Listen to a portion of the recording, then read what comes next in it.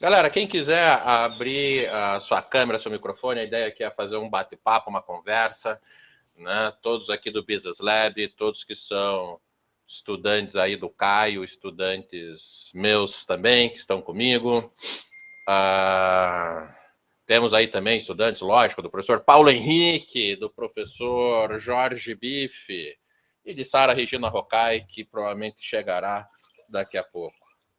A ideia, pessoal, é fazer algo interativo, né? A gente abrir aqui um PowerPoint e dar uma aula sobre comportamento empreendedor. Então, eu peço o máximo de interação no chat, o máximo de interação abrindo o microfone, interagindo conosco, mandando perguntas, críticas, exemplos de comportamento empreendedor e coisa do tipo. O que você acha, Caio? Eu acho, cara, que é você que decide. E se você decidiu, só me resta assinar embaixo, cara. Eu sempre assino embaixo de tudo que você fala, velho. Não, mas De aqui tanta você é confiança que professor, aqui você você é tem. protagonista. Caio, estamos falando de comportamento, estamos falando de atitude. Vou até colocá-lo aqui como Eu moderador. não. Como. Ixi, o Caio caiu? O que aconteceu Com, com o Caio? você me colocou de moderador, daí ele cai, daí ele volta. Como que eu Sério? posso falar? Eu, administrador, eu estudo organizações e empreendedorismo. Como que eu poderia falar de comportamento com um psicólogo, cara? É evidente que eu vou falar merda, entendeu? Ah, Não é evidente? ué, mas você entende de empreendedorismo? Empreendedorismo ou empreender é uma consequência do... Hum. O empreendedorismo, o empreender é uma consequência da atitude e do comportamento do empreendedor. Catherine Ramírez, o que você Oi, temos para prazer. Catherine? O que tem de janta, Catherine? Oi? O que tem de janta? Melancia. Melancia. Maravilha. Uma super fruta, cara. Catherine, o que você acha que é comportamento empreendedor? E eu e o Caio vamos discorrendo sobre a sua opinião. Eu posso tentar trazer aqui uma vertente um pouco mais lógico da psicologia, que é um pouco a minha praia. Caio, das diversas vertentes, multivertentes que ele tem. Mas tipo, você estudou psicologia? Eu sou formado em psicologia, eu sou professor também. Minha graduação e meu doutorado são em psicologia. Você viu só? Legal. E o professor Caio? Eu sou um Zé, cara. Eu sou administrador de formação e o Zé perto do nosso querido Paulo, né, cara? E eu tenho um mestrado em administração também. Já está O terminando o nosso. doutorado, Caio? Larga a mão de se Não fazer de tô, coitado. cara, não tô. O doutorado é uma coisa que a gente não termina, que a gente desiste, né? O doutorado, ele na verdade, se for pensar, Paulo, e é até uma perspectiva que eu passo para os meus estudantes, fazer um doutorado, que é uma coisa assim que o pessoal fala, não, porque isso é estável, é não sei o quê. É uma atitude empreendedora, faz parte do comportamento empreendedor. Você não acha? Sei lá. Não sei, estou pensando. Faz cada pergunta, Caio. Eu gosto da definição de empreendedorismo que vem lá de Babson College. Você que é um Ah, poliglota, gosta de falar em puta, vai inglês. começar a história do Babson. Já contou a história de Babson para os Não, caras? não, mas Babson College tem uma definição muito simples. Empreendedorismo é aquilo que gera oportunidade. Oportunidade, lógico, para o americano é aquilo que gera grana. Então, você consegue gerar oportunidade? Você está gerando desenvolvimento econômico? Se sim, é um ato empreendedor. Né? Se você, ao fazer o teu doutorado, você vai conseguir gerar oportunidades, fazer essa economia rodar, pô, sim, o teu doutorado é um ato empreendedor nessa perspectiva. Agora, se fizer um doutorado só para ter o título, ou só para discutir, sei lá, se a ciência é ciência, aquela coisa teórica, etc., pode ter a sua importância para aquela área de estudo, mas não é um doutorado empreendedor. Essa é a minha opinião.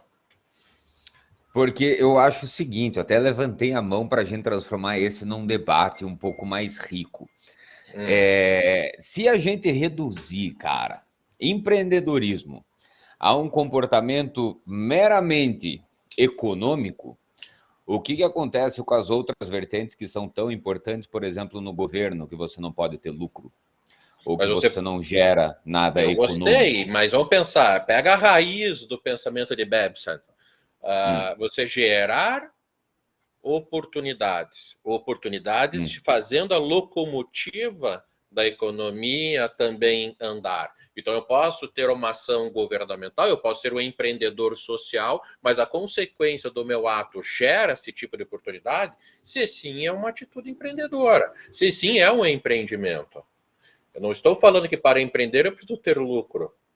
Eu estou falando que a ação deve gerar esse empreender. Essa geração de oportunidade. Mas lógico, né, Caio? Você sabe muito melhor que eu que a área do empreendedorismo, a área de gestão, não é uma área exata.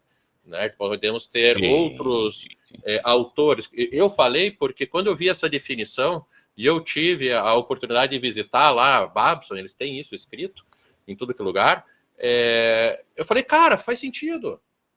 Porque se eu estou gerando oportunidade, no sentido de oportunidade de fazer a economia girar, de algo melhorar, tudo que eu entendo em empreendedorismo parece que cabe aqui dentro. Né? Porque algo que eu gosto muito de falar é que empreender não é necessariamente abrir uma empresa. Eu tenho o intraempreendedorismo. Obrigado. Então, o intraempreendedorismo, eu estou gerando oportunidade, eu estou melhorando, eu estou fazendo a economia girar, pode ser a economia daquela empresa, daquele setor, eu estou otimizando o processo, eu estou gerando oportunidade. Então, eu achei uma definição simples e que eu gostei. É a definição que eu mais tenho adotado e mais me inspiro. Mas tente destruí-la, Caio. E, pessoal, bora lá, galera, para não estar aqui, que está um diálogo. Eu queria que fosse uma masterclass, uma live, as pessoas discordando, pedindo exemplos, coisas do tipo. Posso discordar, então?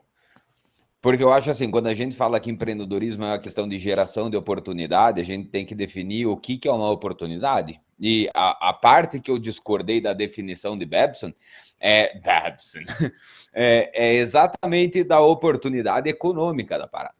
Porque se você vê, a oportunidade ela não é apenas econômica. A gente está num país que a gente está tendo, né, uma calamidade pública, porque a gente tem uma falta de gestores que saibam lidar, né, com a pandemia. E a gente tem que ver aí a questão de sustentabilidade, que hoje, né, vão votar o marco territorial dos indígenas, né, que querem voltar às terras, lá, a demarcação terra indígena lá para a Constituição de 1988. Então, os indígenas vão perder grande parte da terra deles. Então, você veja, tem várias aí questões no meio que eu acredito que sejam, que transcendam a parte econômica e vão também para a parte social, para a parte do conhecimento também e para a parte de sustentabilidade. Então, por exemplo, do que você falou, da parte, né, do doutor que fica discutindo teorias e coisas assim. Cara, Hannah Arendt foi uma puta de uma filósofa, cara. Simone de Beauvoir, você veja o movimento que essas mulheres, a Simone numa perspectiva existencialista e a Hannah Arendt de outras perspectivas, mas foram puta empreendedoras porque elas saíram e falaram, cara, tá todo mundo errado nesse negócio. Entendeu? As pessoas geralmente não, eu acho, né, agora conseguiram reconhecer ela, mas é uma coisa que eu falo no começo das minhas aulas, cara, Marie Curie, bicho. Marie Curie é uma mulher sensacional, ela criou a radioatividade, ela criou não, né? Ela sempre existiu, mas ela que descobriu ela é praticamente uma X-Men. Né? Cara, ela fez isso dentro da universidade, num trabalho estável, né? E como parte da pesquisa dela. Ela podia ter não chegado a lugar nenhum. A probabilidade é a mesma probabilidade de empreender abrindo uma empresa. Se você é um pesquisador e você está pesquisando, a probabilidade de chegar em um lugar que você seja reconhecido por uma coisa que você realmente criou e realmente descobriu, ou realmente você trouxe claridade para um fenômeno natural, um fenômeno organizacional, alguma coisa assim, é a mesma probabilidade que você tem de ter uma empresa que dá certo. Talvez menor. Mas então, se a gente for pegar a perspectiva de empreendedorismo como risco também, você tem pessoas colocando a pele em jogo, né? deixa eu pensar, você está reforçando a questão que eu coloquei enquanto atitude empreendedora, porque a atitude empreendedora, de novo, ela vem ali a gerar como consequência o empreendedorismo. Essas mulheres todas que você traz e faz esse resgate histórico, etc., geraram conhecimento que fazem oportunidades acontecerem. Olha lá, vamos ver aqui, temos no chat, Jackson, boa noite. Jackson, faça pergunta, comentário. O Nicolas lá colocando, olha lá, essa definição que o Paulo abordou, eu nunca tinha pensado por esse lado, muito bom. O Jackson está por aí. Jackson estudante lá, de economia chegou a reitora. Quero ver, Para Jackson. de falar dessas paradas aí. Sara Regina, a musa do empreendedorismo da PUC, do Brasil e global. Vamos lá. E esses alunos concordam. Verdade, o Jackson vai validar isso agora. Vai lá, Jackson. Sara Regina, senhorita, chegou a patroa, chegou. É isso aí. Ela vai botar ordem na casa. Estamos discorrendo aqui sobre possibilidades do que é o comportamento empreendedor. Você tem alguma definição que você gosta, que você acha mais interessante? Pessoal, aí, ó, minha turma tá aí, ó, porque eu motivei, estão todos aí, ó, Jackson, Malu. A gente teve algumas discussões já nessa temática aí em sala de aula, que, aliás, gerou até conteúdo, né, Malu? No Insta aí da Malu. Porque a gente não tem uma definição universalmente aceita para, né, o que é o empreendedor, o que é o empreendedorismo. A gente sabe disso, que tem várias linhas que trabalham o empreendedorismo, algumas mais focadas para o desenvolvimento econômico, outras mais para comportamento, psicologia, mais relacionados à psicologia. Então, a gente não tem uma definição universalmente aceita para o comportamento empreendedor. E eu não sei o que é que vocês estavam discutindo nessa linha aí. Tá? Se eu já estou discordando de tudo que vocês disseram. Nada com tanta profundidade, com tanta lapidação técnica, né, Caio? A gente já discordou muito nesse negócio. Mas o que a gente percebe, aí até eu postei um estudo para eles, que fez um levantamento aí de 1848 até 2014, um estudo estudando as literaturas e todos artigos, publicações que envolvem o comportamento empreendedor. E aí a gente percebe algumas características desse comportamento que ainda prevalecem e outras que estão mudando devido ao cenário atual. Mas algumas características ainda permanecem e a gente percebeu também na atividade que eles estão realizando da entrevista com os empreendedores, puderam validar também que algumas dessas características estão presentes, inclusive, na fala do próprio empreendedor. Então, o que ele percebe, o que ele acha que é importante, o que ajuda ele na possibilidade de sucesso aí no empreendimento dele. Então, tem muita coisa relacionada à capacidade de realização, a capacidade de enfrentar, né, os desafios com criatividade, com inovação. Então, a gente percebe que a inovação está sempre presente aí nas características desses empreendedores. E tem uma linha aí que eu acho importante, que traz algumas competências dos empreendedores, uma visão mais macro, que são algumas competências que estão relacionadas à capacidade do pensamento associativo, que aí é uma competência cognitiva, e que são impulsionadas por competências comportamentais, como manter uma boa rede, né, a capacidade de estar atento, então, às oportunidades, então, essa capacidade de observação, a capacidade de sempre pesquisar, ou seja, de sempre questionar, de sempre querer saber o porquê das coisas, porque é daí que vem novas ideias, novas soluções. Então, são o que a gente, né, e essa abordagem que eu trago é do Christensen, que é o grande aí do dilema, né, da inovação. Então, uma das últimas publicações dele é relacionada ao DNA, que eles chamam de DNA do inovador, que traz essas competências aí, né, a partir desses estudos que ele fez com diversos empreendedores considerados de sucesso, que estão relacionados a essa competência cognitiva do pensamento associativo, que é alimentada, então, por essas competências comportamentais que têm a ver com questionar, uma boa rede de uma boa rede, né, o networking, tem a ver com experimentar, né, e observar, estar sempre atento às oportunidades, que isso também, se a gente for avaliar, está relacionado à metodologia que a gente usa também, que a gente usa como abordagem do Lean Startup. Né? Então, tem muitas competências do empreendedor que vão estar conectadas também com as metodologias da abordagem que a gente usa para a modelagem dos negócios. Então, é isso, gente, que eu tenho para contribuir nesta pergunta. E aí é isso, Caio Camargo da Silva, não sei se eu interpelei ali o que vocês estavam falando, se... Galera, se manifesta o que vocês acharam dessa explanação de Sara Regina. Eu nem sei como comentar esse tipo de abordagem. Eu fico aqui constrangido, um pouco envergonhado. Uhum. A vontade de sentar e estudar mais um pouco, cara. Tá louco. Eu gosto, né? Eu gosto. Eu vou resgatar um pouco ali, um pouco da minha fala, né? Humilde fala, singela fala. Pare vocês dois, o que é que vocês estavam falando que agora eu nem sei. Vai ter que assistir a gravação lá no YouTube. Porra, é que você chegou com os 3 pés no peito, né, Sara? Porra, velho. Caíto e Sara, sabe o que eu acho? Cheguei. Olha lá, isso não está gravado, né? Vai ter dancinha no TikTok da Sara aí, galera. Já paguei o mico, por favor. Vai lá. Me lembra a diferença entre inovação e invenção. E faz um link que a gente estava falando, né? Eu criei algo, esse algo não dá grana, é uma invenção. Esse algo dá grana é uma inovação. De maneira extremamente grotesca, a gente pode pensar nesse sentido.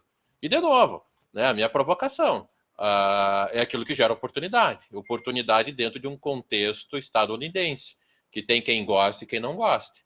Né? Mas acho que quando a gente pensa em empreendedorismo, eles são uma referência bacana.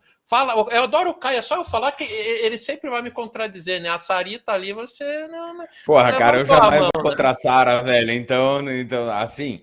É que eu gostei dessa tua fala, cara, dessa diferença de invenção e inovação, porque eu também tendo a pensar, né, eu vi alguns alunos meus, algumas alunas minhas principalmente ali, e né, o pessoal que eu tenho mais contato sabe como que eu penso, velho. Porque assim, vamos falar de invenção e inovação, né? Bem a definição, né, do Tid e do Bessant que você falou. A invenção, ela não gera retorno financeiro e a inovação, ela gera, certo? Mas hoje, por exemplo, a gente tem uma indústria aeronáutica que é muito bem desenvolvida e tudo isso começa com uma invenção. Hoje, por exemplo, a gente usa, né, redes sociais que começaram como uma invenção. E hoje a gente tem empresas que são empresas que não dão lucro. Né? Eu sempre dou o exemplo da Exact Sciences, por exemplo, que é uma empresa aí, né, de inovação genética, e eles pegam, fazem, né, você manda o cocô e a saliva lá para os Estados Unidos, eles analisam o cocô e a saliva e falam se você vai ter câncer, e se você for, né, ter câncer em algum momento da sua vida, eles já dão, né, para vocês as coisas que vocês precisam fazer ou não devem fazer para evitar, né, o câncer. Então, daqui a pouco as pessoas não morrem mais. E nesse sentido, cara, eu tendo a ser meio cético com essa visão de que às vezes a gente coloca a invenção como uma coisa menos importante, mas esquecendo que ela é a precursora do que a gente chama de inovação. Porque o nosso trabalho como gestor é a gente chegar e aplicar isso no mercado. É isso que a escola faz, né? A escola de negócio serve para isso.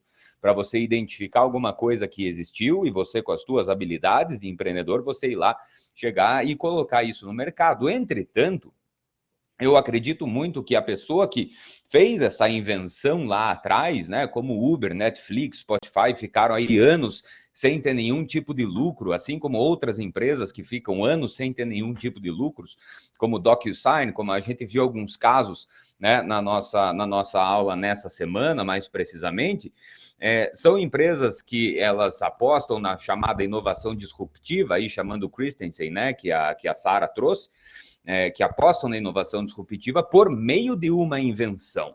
Então, onde que eu vejo isso? Eu vejo inovação e invenção, elas cada vez mais se fundindo em uma coisa só, sendo indissociável uma coisa da outra, porque as duas elas andam juntos, sempre, historicamente foi assim.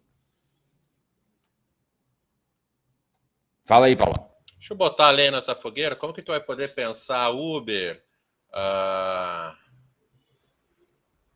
Nubank, outras gigantes, né, que dão prejuízo? Por que dão prejuízo? Por que isso é empreendedorismo?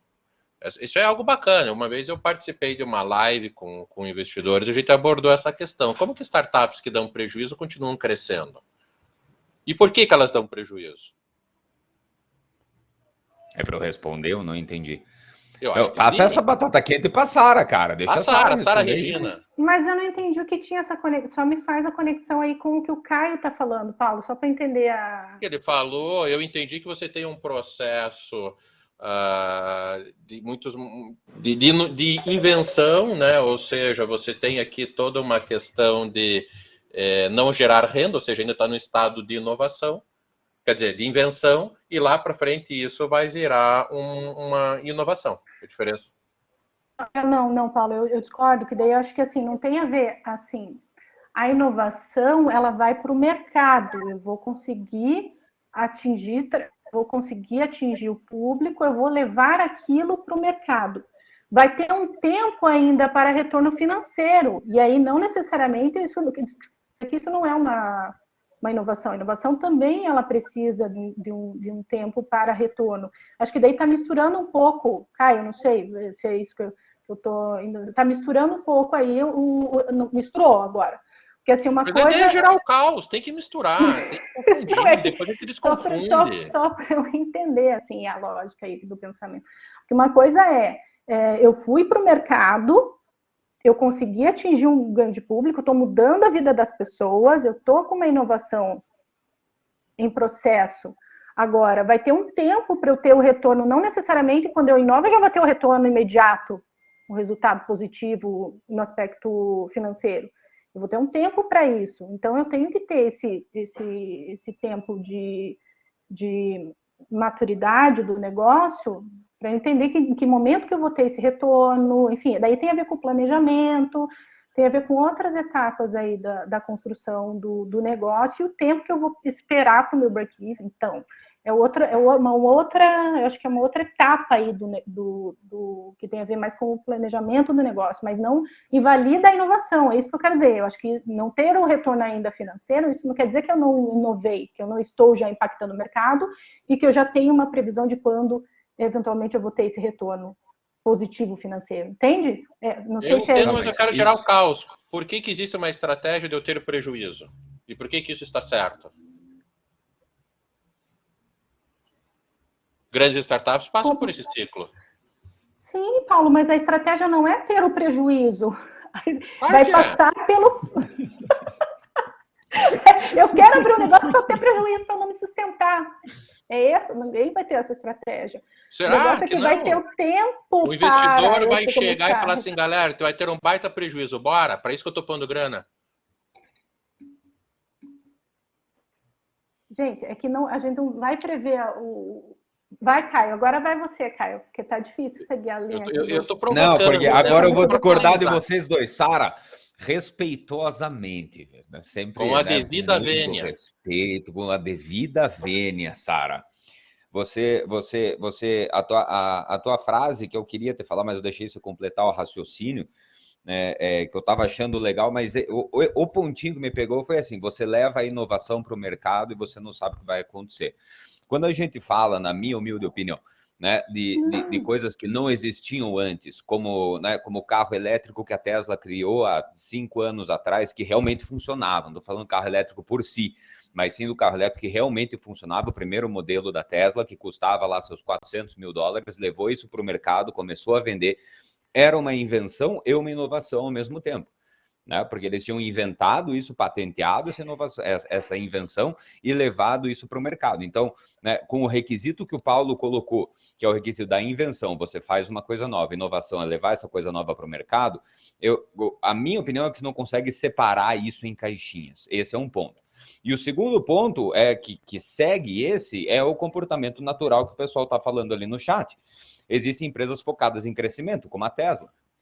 Existem empresas que querem, né? O Newton ali colocou muito bem, a estratégia não é de lucro momentâneo, mas assim a gente está levando uma inovação, uma invenção, perdão, para o mercado, e levando essa invenção para o mercado, a gente tem o ciclo de adoção, né? A gente começa lá com os porra louca, depois os early adopter, depois com o restante, mas e isso demora para acontecer. Então eu vejo da seguinte maneira, cada vez mais os empreendedores, eles precisam do seguinte comportamento, eles precisam inventar algo novo, porque senão eles já estão fora, então você precisa desse componente de invenção, porque senão você está apenas remodelando, e levar essa invenção para o mercado com a perspectiva de que nos próximos 5 anos é só prejuízo. Muitas das vezes, é claro, isso se você quiser fazer algo realmente disruptivo. É possível que, né, empreendedores eles coloquem inovações incrementais em jogo, né? Você muda um processo, muda um negocinho no produto, customiza, diferencia, coisas assim. Mas eu acho que é aí que a gente converge. Isso, é isso, Caio. Mas o que eu quero dizer é assim, isso não invalida. Por exemplo, o cara não conseguiu ter o retorno do que ele imaginava financeiro. Pela linha que o Paulo estava trazendo, então, quer dizer, o cara não inovou? Porque ele não teve ainda o retorno, ou porque não deu certo o negócio dele. Inovou pra caralho. Então, é isso que eu estou dizendo. É isso que eu estou dizendo. Uma coisa não invalida a outra. Não é porque... É esse reforço, sim. Então, assim, quando você fala... Quando o papai, os caras não, eles prejuízo, eles querem prejuízo e tal. Mas como assim alguém vai querer criar um negócio para viver a vida toda sem retorno? Como assim? Então, assim, é isso que isso não invalida a inovação do processo. O processo de inovação, desculpa. Né? Interessante. A ideia é gerar problema. Vamos pegar aqui alguns comentários. Estão focados no crescimento, é isso mesmo, Newton. Né? A estratégia pode não ser o lucro momentâneo, com certeza não. Giovana colocou a consequência, sim. Né? Só para não parecer um papo de maluca, vou fechar a minha provocação que eu fiz de propósito para esses experts do empreendedorismo e inovação. Nós temos algumas grandes startups, começa a ter, digamos, um investidor. O investidor ele sempre vai colocar a grana porque ele acha que tem uma chance de crescimento rápido no intervalo curto de tempo. Então, vamos pensar lá, o Caio aporta dinheiro na startup da Sara, né? E só que se tem um tempo de maturação para ter esse retorno. Só que aí você tem até por algumas possibilidades, até especulatória, eu diria. Porra, mas essa startup é muito bacana. Chega um outro investidor maior e coloca mais grana. E chega numa fase, né, que grandes investidores falam assim, eu vou injetar dinheiro para queimar dinheiro. Porque eu quero queimar o meu dinheiro para levar para um outro nível de aporte. Porque daí ele sai com uma cota valendo mais alta. Isso pode gerar uma bolha? Pode. Mas o que também acontece quando a gente tem investidores grandes entrando numa startup? Vamos pensar que a startup da Sara tem lá 20 funcionários, o Caio chega e fala, olha, Sara, eu vou colocar aqui R$1 milhão, que eu acredito na tua startup, você me dá lá, sei lá, 10% do teu business, só que você vai ter que contratar mais 20 pessoas, comprar tanto de estrutura, investir tanto em marketing digital, ou seja, lógico que a receita nos próximos meses, até no próximo ano, vai ter, não vai pagar todo aquele custo maior que está sendo adicionado, mas está sendo adicionado porque isso que o investidor chama, eu vou queimar dinheiro para fazer com que você tenha um crescimento exponencial para lá na frente isso se pagar. Né? Então essa é uma lógica interessante quando a gente é a provocação da minha própria definição. Né? Eu não estou gerando lucro, eu não estou gerando grana, mas eu estou gerando ao menos expectativa de oportunidade ou de oportunidade futura. Faz sentido? O Caio tá olhando com uma cara séria assim, eu não sei se eu falei tanta besteira. Não, cara, é que eu acho esse o racional da bolha. Mas lógico que é a racional que da você bolha. falou, que você falou. Mas que oportunidade tem numa bolha, bicho?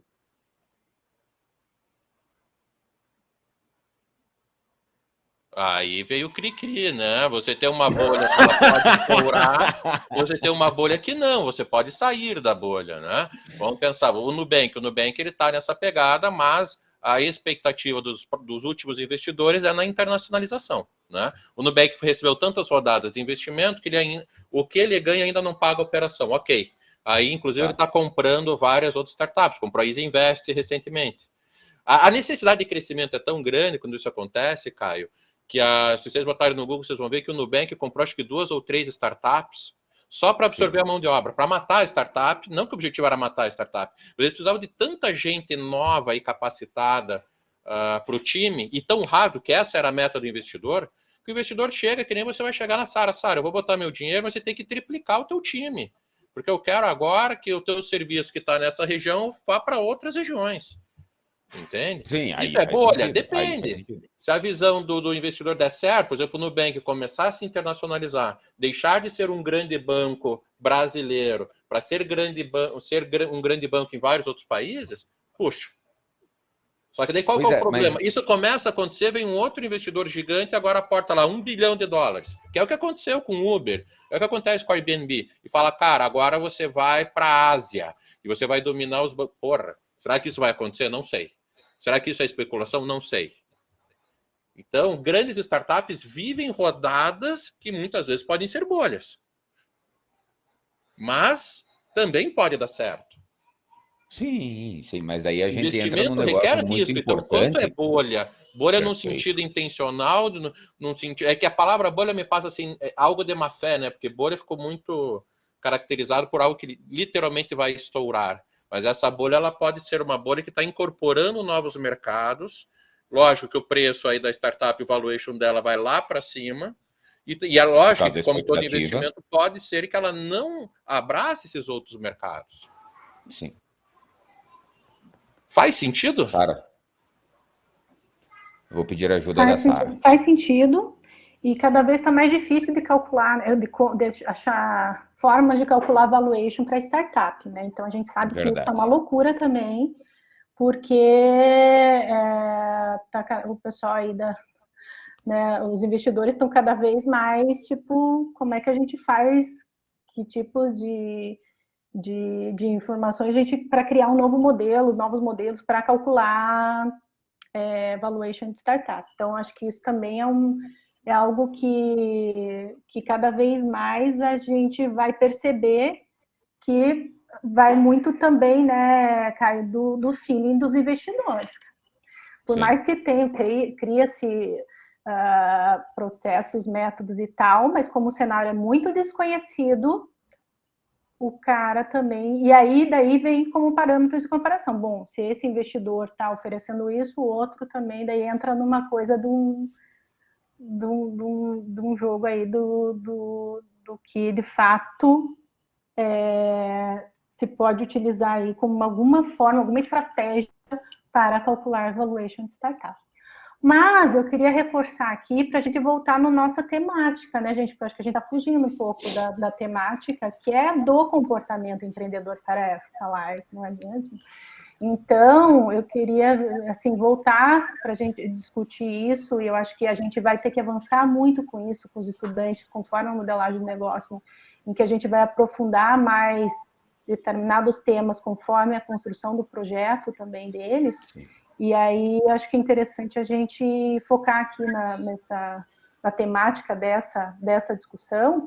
E eu queria ver, porque isso a gente já está trabalhando com vocês, né, pessoal, que tá aqui assistindo a gente. O que vocês acham? O que vocês já conseguiram perceber com relação ao comportamento do empreendedor? O que vocês acham que isso já está... vocês já conseguem perceber, já conseguem analisar empreendedores e perceber qual é o tipo de comportamento que ele tem, quais as características que estão presentes nas tomadas de decisões deles? Conseguem já trazer alguma coisa para a gente aqui? Vamos lá, pessoal, por favor. Pessoal, perguntas, comentários sobre comportamento empreendedor. Lá. Enquanto isso, eu vou fazer uma pergunta Caio, isso é fácil para você ou fácil para a Sara? Você que sabe, faz a pergunta e escolha. a gente responde. Não, tem que tirar, já que a Sara é boa, né? Ela já vem, tipo assim, batendo no peito, né? E também chutando o pau da barraca, literalmente. Sara, você se considera empreendedora e por quê? Explique por que, caso você se considere um comportamento empreendedor teu. Não é aquela coisa, dê o Com exemplo e certeza. justifique. Essa é Eu uma me considero. atividade que vale 15% do RA dessa live. Eu me considero empreendedora, sim, e na verdade eu me considero uma intraempreendedora, e a gente vai falar dos tipos de empreendedores. Eu me considero uma intraempreendedora ou empreendedora corporativa, dependendo da linha aí dos autores, porque eu promovo, eu promovo inovação, inclusive no meu ambiente de trabalho. Então, eu acho que o empreendedorismo também, cada vez mais, ele está relacionado à inovação. Então, eu consigo promover, eu sugiro as ideias, eu consigo implementar essas ideias, eu consigo, inclusive, validar essas ideias, eu consigo fazer com que essas ideias se tornem em produtos, em serviços, enfim, que tragam retorno para a organização onde eu atuo. Então, eu posso dar exemplos disso em criação de cursos, falando da PUC, né, gente, que é onde eu estou empreendendo. Então, eu já fiz, já propus curso novo, que inclusive não existe no mercado igual, né, educacional. O curso está rodando, tem estudante, já está dando retorno para a instituição. Então, sim, eu me considero uma intraempreendedora, né, com capacidade de pensamento associativo, que traz conhecimento de diversas áreas e consegue criar algo novo, né? Eu acho que eu consigo manter uma boa rede, eu consigo perceber as competências complementares das equipes com quem eu trabalho, e aí está um exemplo de algo que eu realmente considero que foi algo que eu empreendi para a instituição onde eu atuo. Sara, tô vendo que você já tá aumentando a sua lista de fãs ali. Tô vendo que Jackson Capuccio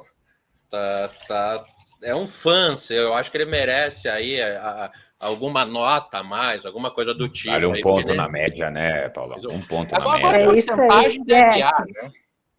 Não existe mais aí. ponto, né? Aí, ó. Porcentagem. Tá aí, tá vendo? Tá aí, comprovado, entendeu?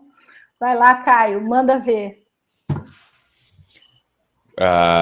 Pô, eu me considero pra cacete, cara. Eu acho assim, né, voltando para a discussão, eu acho que, cara, se você pensar na trajetória profissional das pessoas, se elas não empreenderem, elas estão mortas, cara. Tipo, se houver. O problema não é a gente descobrir quais são as melhores características do comportamento empreendedor, que a gente sabe de tudo isso. A gente sabe que o empreendedor ele é resiliente, que ele toma riscos, que ele tem o comportamento de disciplina, que ele, né, enfrenta as adversidades, que ele é promotor de mudança, que ele gosta de inovação. A gente sabe de tudo isso. Eu vejo que o problema é quando você deixa de apresentar esse conjunto de características e daí você fica sempre na mesma, né? Então, eu vejo nas organizações e no empreendedorismo diversas, né, empresas e funcionários que você consegue muito facilmente ver, cara, será que foi alguém com comportamento empreendedor que fez isso ou não, né?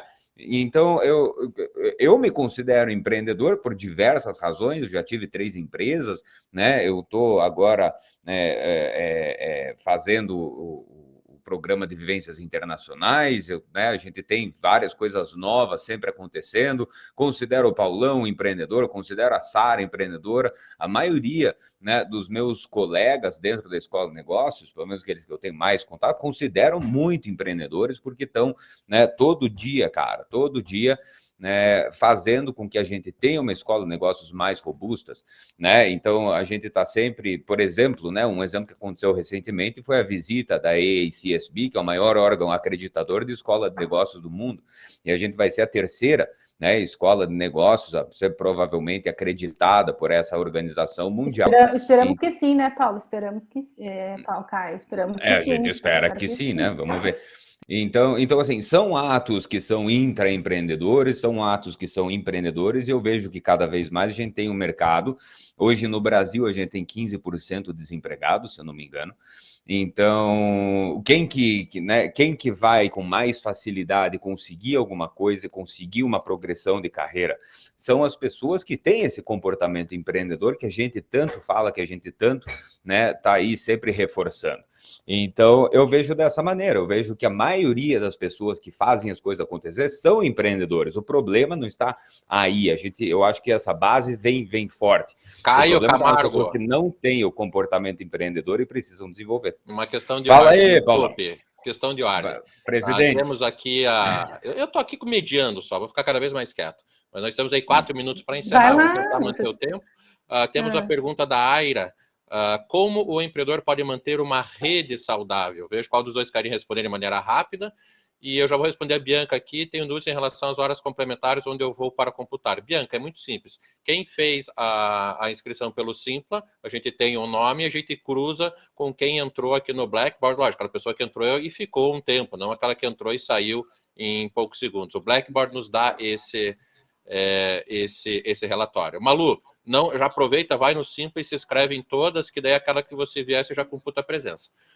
Nossa, pega no pé lá de quem está dando aula para Mas você não tem o link aí, Paulo? Pois é, Paulo, já bota se o encerrou, link aí no para nós. chat. Eu acho que ele já se encerrou, aqui. tá? Mas vamos respondendo que eu vou mandar aqui no Simpla, se der para se inscrever, beleza. Não tem como, não tem fórmula. Bom, Caio, você quer responder? Eu posso. Eu construo em cima da sua resposta. Tá. Eu acho que não tem assim uma fórmula garantida de que a gente vai manter uma rede saudável. Eu acho que a gente tem que estar monitorando a nossa rede e ver o que de fato a gente consegue contribuir e o quanto a gente consegue também de retorno dessa rede, né? Acho que é importante a gente também ter assim a maturidade de perceber quando é algo meio que a gente percebe que é só uma coisa oportunista, que só quer se aproveitar de algum, né, de algumas situações, mas ou não, aquela rede que sempre está contribuindo, que tem competências complementares à sua, que aí vai ajudar, na verdade, numa parceria que ambos aí tenham mais possibilidades de sucesso, né? E isso vai fazendo com que a rede se torne mais confiável. Eu acho que a gente passa por várias experiências e que a gente vai validando ou não se a nossa rede é uma rede confiável ou não. Não sei se era isso, se era na rede do network de pessoas, né? Fui por essa linha. Eu espero que tenha respondido. Caio? Eu acho que isso é questão da vida, cara. Você veja, a gente sempre muda de redes, né? A gente vai conhecendo pessoas mudando de redes. Então, eu vejo da seguinte maneira. Hoje, por exemplo, a rede que eu construí foi a rede de pessoas que eu vim conhecendo nesses, sei lá, 10 anos que eu estou no mercado.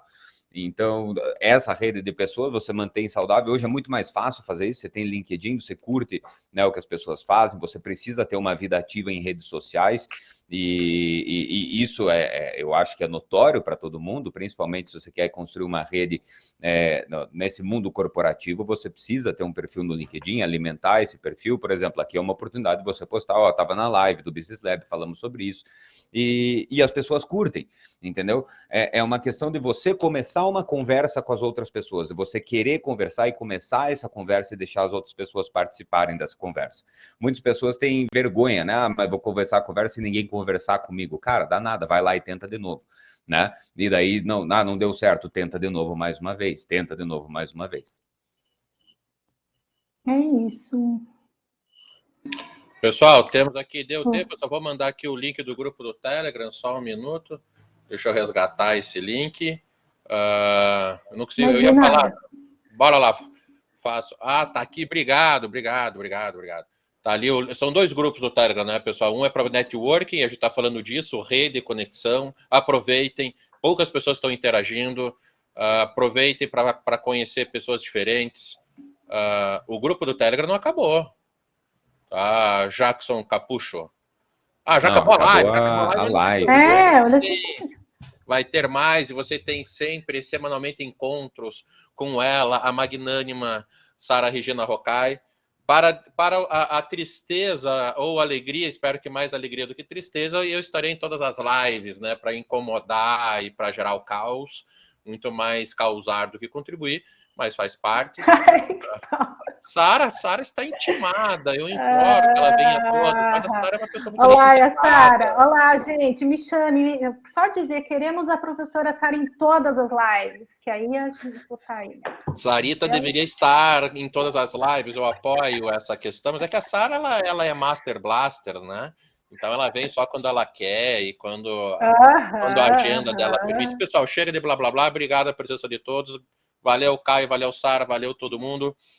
Quem quiser rever, a gente vai depois colocar isso aí no YouTube. Espero que vocês tenham gostado. Pessoal, se tiverem dúvidas, críticas, porra, acho que queria algo diferente, acho que vocês podem melhorar o formato. Botem também lá no Telegram, que está sempre vendo. Eu tenho um desafio para a próxima, tá? Os professores vão vir. Bom, na próxima eu não vou estar, gente, desculpa aí, mas os professores vão vir vestidos de unicórnio, porque a gente vai falar aí dessas startups, né? Que são consideradas unicórnio. O que você acha, Paulo? Achei um desafio legal. Se eu tivesse fantasia de unicórnio, eu viria, tá? Mas cara, apoio, deixa o cabelo adorei, estilo Ronaldinho, então, para aparecer o gente. chifre do unicórnio. Eu não assim, tenho, cara. é curto meu moicano aqui, ó. Não dá. É isso. Valeu, Um abraço, gente. até a próxima, galera. Estou indo, tchau. Beijo, meus queridos. Beijo. Valeu.